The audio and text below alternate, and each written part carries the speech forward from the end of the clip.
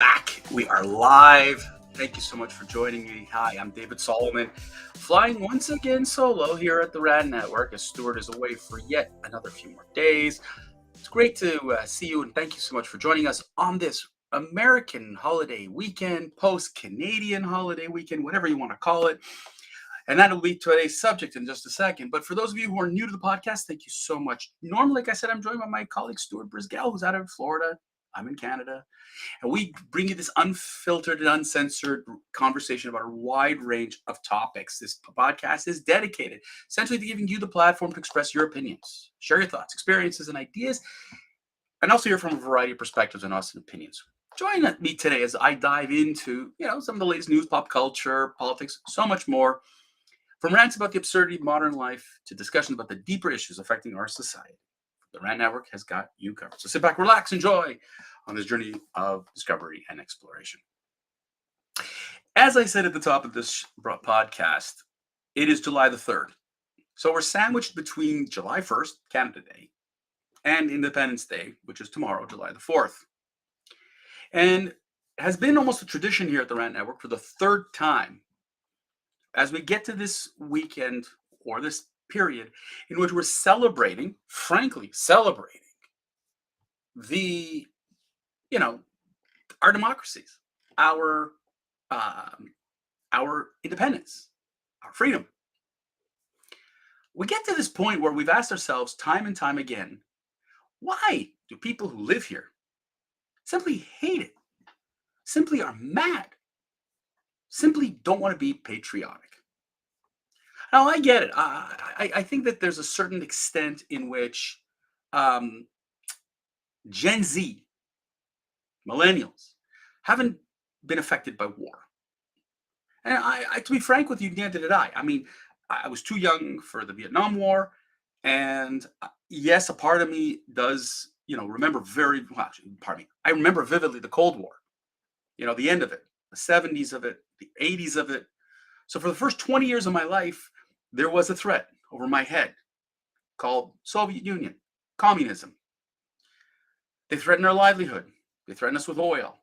They threatened, to take over the world.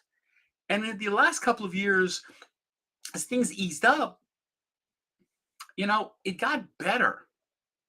But until the fall of the Berlin Wall, freedom was always at risk. There was always that question. And when it came up to Canada Day, Remembrance Day, Independence Day, call it in the US, whatever, it was all about remembering, those that sacrificed their lives, those who gave us that opportunity to be free. And in a post, Cold War era, in the 90s, 2000s, 2010s, we have taken our freedom for granted. We've taken our democracy for granted. We've taken our livelihood for granted. And this is the problem, that millennials and Gen Z have never really experienced that threat. And in a social media-driven world today, in which the news is at your fingertips, it's fascinating to notice that the Gen Z and many millennials don't recognize that that threat still exists. We see with the Russians invading Ukraine last year, China wanting to invade Taiwan, Iran threatening Israel. These are autocracies. These are, communists. These are autocrats who want to take over a democracy. And the feeling is this won't happen to us. That of course it won't happen to us. That our lives will continue to be safe and sound. That's just a world away. No one gives a flying fadoo. That could be furthest from the truth. And as we are here today on this, Independence Day, Canada Day weekend, I asked myself, and I would normally ask Stuart this question, but I'm asking myself, why? Why is there such visceral hate towards where we live? Why is it that the left, and this is where a lot of it comes from, has become so anti-patriotic? I'll give you one example. So the WNBA, the women's NBA, and even the men's game have taken shots at democracy. Since Trump's ascent to the power, it has been pot shot, America sucks, pot shot, America sucks. And the vilification, the anger towards the politicians, I get it. And that's the beauty of a democracy, that I can criticize a democracy. I can criticize a government publicly without having this impact me. And that's where, there's a difference between freedom of speech and hate speech. And the NBA and the WNBA went so far as to vilify the government and accuse Trump and others of stuff that's just unbelievable. And in a post George Floyd, era, all of a sudden, with Black Lives Matter and whatever, there was a divisiveness. And all of a sudden, between that, Colin Kaepernick, all that, America's crowd won't stand for the national anthem. We've ranted about this, but I'll bring this back. People won't stand for the national anthem. They denigrate the United States. They denigrate Canada. They denigrate democracy, denigrate the West. And then lo and behold, Brittany Griner goes off to play basketball in Russia. She's imprisoned because she carried empty cartridges. She disobeyed the law in Russia. And don't give me, I don't know business. When you go to a country, you need to know their laws. And Brittany Griner sat and rotted in a jail for months. Months. And yet, the call and the cry for her to be returned was fascinating. It was fascinating that suddenly now the cry for help was to, hey, government, help us to bring her back. When Brittany Griner came back, she said, I never realized how much I love the United States and how fortunate we are, and that she has chosen now to stand for the national anthem.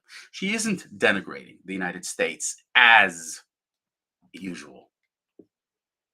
But lo and behold, other members of the WNBA continue to crap on the United States, that it's a terrible country, that we're a terrible nation. No country is perfect. There's no doubt about it. Problems in France, problems in the United States, problems in Canada. We've seen the response. We've seen when things go bad. We understand that. And not everything's perfect. But to say that I would rather live in another country or impose socialism, which is what AOC wants, what Bernie Sanders wants. You hear many from the Democrats and even liberals in Canada and in the NDP saying, we should go the way of Venezuela. We should bring in these policies. Venezuela was a country that was quite well off, living off the oil, a great economy, democratic, shifted to socialism, and now the people are impoverished. There's massive unemployment, and the only people benefiting are the ultra rich. That's what you want? Bernie will tell you that socialism is a way better philosophy. Raise this, do that. America is not a good place to be unless we do it this way. Gen Z and the millennials have picked up on this mantra, and in these universities, they've spewed this hate speech that the West, that capitalism is bad, democracy is bad, that all these things are bad. Look what happens in a democratic society. We're racist. We kill black people. Whoa, time out here. Where does this relationship go? How is this working? When you take a philosophy like anti-Americanism, anti-Westernism, anti-capitalism, and blanket speech it and put it everywhere, it's our problem. But the problem is also, what is the alternative? There is no perfect governmental system. I'll give you an example.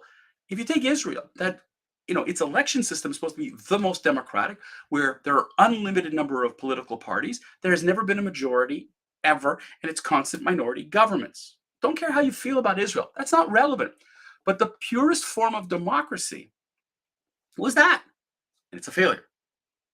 By contrast, the purest form of socialism, they tried to create a kibbutz, an area where people, a community in which everybody had equal, everybody shared, everybody, the community was the number one. No one had more than the other. That too didn't work because people by nature want more. So at the end of the day, there is no perfect system. There's just good and there's better and there's worse. There's no perfect. So to sit here today and to say to those who fought for our freedom and democracy with the ability for us to vote, free speech, practice religion any way we want, walk down the streets and not be, attacked by a military police. I love that. We should all love that. Would you rather live in a place like China where everywhere you go, you need to show your passport? That everywhere you go, you're under surveillance? If that's what you want, please move to China. I don't want that here for my life in the West, not in Canada, not in the United States, not in any Western country. I love the freedom. People here love the freedom. But millennials and Gen Xers, Gen Zs have been brainwashed to believe that this is the worst of the worst and that others have it better. Don't confuse politics with democracy. Don't confuse, last week, the Supreme Court, 3 straight legislations that they passed. And the President of the United States sits there and says the court is corrupt. The court is, don't confuse the politics with reality.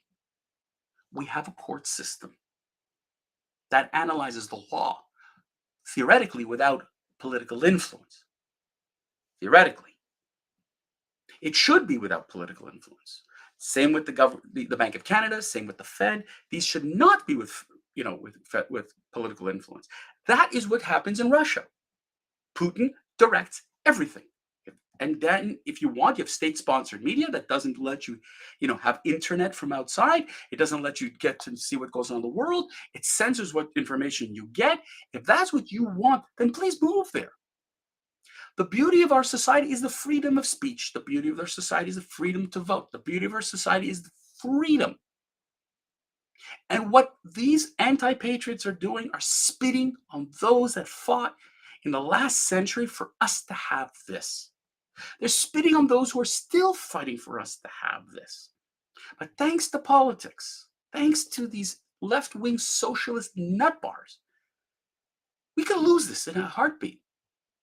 Why? Because at one point, the vote will sway and we'll make a change. And then, oh God, what will that lead to? Oh God, what will happen if we have that change? Oh God, what will happen if? What we're seeing today is a group of people who want to squash religion, who want to squash media, half the media. If you're a conservative media house, they want to squash it. If you don't agree with me, I want to shut you down. I want to control your speech. I want to control where you go. I want to control where you shop. I want to control what you say. I want to control what language you speak. Ladies and gentlemen, that is communism. That was China. That's Russia, the Soviet Union, I should say. Is that what you want? I don't. And a vast majority of people do not either. But the media has made it sound like there's a lot of people who would like for us to become Cuba. Not on my watch, not in my lifetime. And to hell I will stay here if that's where this is going to go. So on this weekend, I'm asking you to reflect hard. Is this what you want? To lose all those freedoms that we've held, cherished for years? Hope not.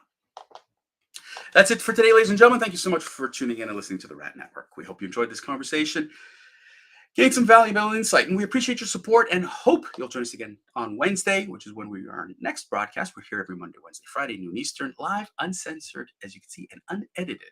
Meantime, don't forget to follow us on social media. Check out our new website. It's awesome. All of our past recordings are there. We're on YouTube. We're on Rumble. We're all over the place in the podcast world. Download us, share us, tell your friends about us. We're looking for more in contact from people around. We want to thank you very much for listening. And until next time, ladies and gentlemen, keep on